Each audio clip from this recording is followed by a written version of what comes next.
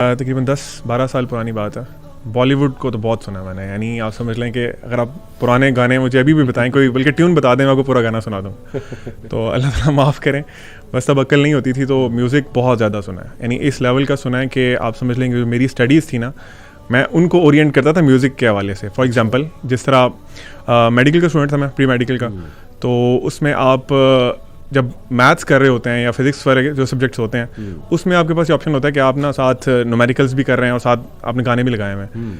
तो मैं दूसरे सब्जेक्ट्स को इग्नोर करता था जस्ट बिकॉज ऑफ म्यूज़िक के। मैथ्स करूँगा या बाकी सब्जेक्ट्स करूँगा तो उसमें मुझे ऑप्शन मिल जाएगी कि मैं म्यूज़िक ज़्यादा सुनूँ। तो मैं सॉन्ग्स को इस तरह बहुत ज़्यादा सुनता था, दिन में भी, रात में भी सोते हुए। इवन स्कूल वैन या कॉलेज वैन जो थी उसमें भी मैं इंचार्ज होता था, यानी मेरे पास यूएसबी होती थी और मैं सबको लाके जी मेरे से रिकमेंडेशन ली जाती थी और मैं कंट्रोल करता था म्यूजिक को, कौन सा गाना लगाना है। अगले दिन अपडेटेड जो सॉन्ग्स आए हैं नई फिल्म्स के वो भी डाल के लेके आने हैं। तो खैर अल्लाह ताला बस माफ़ करें। इट वाज मेनली बॉलीवुड, या mainly Bollywood. Waleed, what about you? मेरा अली भाई बड़ा मिक्स्ड कलेक्शन था सॉन्ग्स का ना, इंग्लिश, बॉलीवुड और यही दो है वैसे मेनली। तो में क्या जॉनरे मुझे वैसे इतना जॉनर का नहीं पता, लेकिन मैं कोल्ड प्ले को सुनता होता था। अच्छा। और इमेजिन ड्रैगन्स, जस्टिन बीबर बड़ा उसका फेमस सॉन्ग था बेबी, और इसी तरह के दीगर सॉन्ग्स थे पॉप में और रॉक। जी पॉप में इस तरह से। और बड़ी आदत थी, मतलब लगा के अगर पेपर्स की तैयारी भी करनी है ना, मुझे मैट्रिक का याद है टाइम, मैं एग्ज़ाम्स की तैयारी कर रहा होता था और सॉन्ग सुन रहा होता था। और एक इंडियन सॉन्ग था मैं सुनता था, वो 10 मिनट का था सॉन्ग, संदेश से आते हैं, शायद आपने से किसी ने सुना हो। और वो क्योंकि लंबा था और मेरी तैयारी भी ना उस हिसाब से फिर होती थी, मतलब मुझे याद हो जाती थी हर चीज़। सही। और बस फिर वो यानी कॉमन एक्सपीरियंस यही है सबका कि पढ़ते हुए, एक्सरसाइज करते हुए, वॉक करते हुए, गाड़ी चलाते हुए, yes people do listen to music. हमास, व्हाट अबाउट यू? ये मैं डिस्क्लेमर दे दूं, मैंने पूछा इसलिए है so that we can tell the audience कि we were into this stuff, और हम कोई एलियंस नहीं है, हमें पता है, we know what music is. तो जस्ट टू आस्क यू, देखें अली भाई, देखें आप अगर वैसे भी नॉर्मल हाउस होल्ड में आप मतलब हैं, तो फिर हुआ ये कि उसी तरीके से जो हमारी जर्नी होती है, हम इंट्रोड्यूस होते हैं म्यूज़िक से, टीवी से और इस तरह के मीडिया से, ये इनएविटेबल चीज़ें हैं। और जब उसमें होते हैं फिर आपके ना, फिर उसमें प्रोग्रेशन होती है। मेरा ख़ुद भी पहले जो रुझान था ना, वो एवरीथिंग मिक्स था, लेकिन हुआ ये था कि वो एक छोटी सी ना बड़ी चीप सी डिवाइस मिलती होती थी रेडियो की, ठीक है ना, MP3 टाइप नहीं, वो बहुत ही चीप रेडियोज़ होते थे। अच्छा, ठीक है ना, वो रेडियोज़ होते थे, वो कोई चीप से मिलते होते थे और उनके साथ आपने वो हेडफोन लगाने, तो वो डिस्पोजेबल होते थे। वो डिस्पोजेबल आप कह लो, ठीक है ना, वो रेडियो नहीं सुन के जाएंगे इतने भी नहीं, लेकिन उनको बड़ा संभाल के रखा था। वहाँ से मैं शुरू हुआ था और उसके बाद ना उसके अंदर जो ट्यून्स थे, फॉर एग्जांपल मैं ज़्यादा इंक्लाइन हुआ था इंग्लिश सॉन्ग्स की तरफ। तो मुझे अभी भी याद है, अभी भी यही सीन है कि जो FM 89 है ना, वो केटर करता है इस स्पेसिफिक इसको, और वो मेरा एक किस्म का इनिशियल उसमें फ़ेज़ में भी था। और उसके अलावा ये होता था कि मेरे ना कुछ मेरे कज़न्स थे, वो US से आए थे, तो उन्होंने मुझे एक किस्म का ना इंट्रोड्यूस करवाया था कुछ बैंड्स के साथ, ठीक है ना। तो वहाँ से मैंने पिकअप करना शुरू कर दिया, जैसे कि Linkin Park, Eminem, Michael Jackson, ये वो चीज़ें जो है ना, ये पिक की यहाँ से।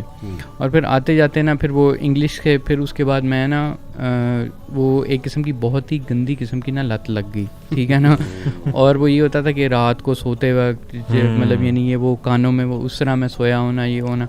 इवन अम्मी को बहुत फ़िक्र होती थी, वो मुझे मतलब मना करती थी, डांटती थी कि इतना ज़्यादा ना सुनो, लेकिन I was just hooked to it. और मेरे जो जॉनर है ना, वो आहिस्ता आहिस्ता चेंज हुए, लेकिन जो मेरे मेजर जॉनर रहे थे ना, वो हैवी मेटल था, ठीक है। अच्छा। उसमें रॉक था, उसके अंदर क्या कहते हैं कि थ्रैश मेटल था, उसके अंदर रैप था, उसके अंदर मतलब यानी ये चीज़ मेरी ज़्यादा रही थी रुझान।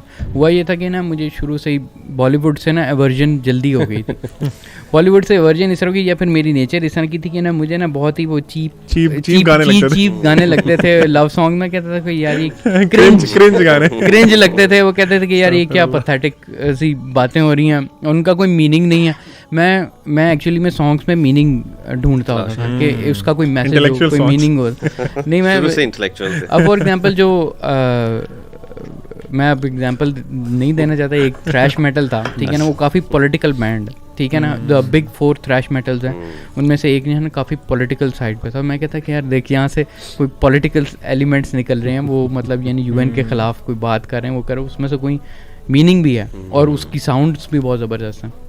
और इस तरह करके ये मेरी जर्नी इसमें, यानी आप भी मेरी तरह मेटल, और क्योंकि ये बड़ी यूनिक जॉनरे है। हाँ, ये हर एक से को वो नहीं पसंद होता। आती। हाँ, तो ये जॉनरे का फ़ायदा कह लें या कह लें कि चलो एक चीज़ से इसने हटाया मुझे, वो यही था कि बॉलीवुड वाले जो क्रिंज चीज़ थी ना, नहीं एटलीस्ट इट्स नॉट क्रिंज। अपने आप को तसल्ली देने वाली बात। ऑब्वियसली फ़ायदा तो नहीं हमें कहना चाहिए, बिकॉज ये इनके ख़तरनाक हैं असरात बहुत ज़्यादा।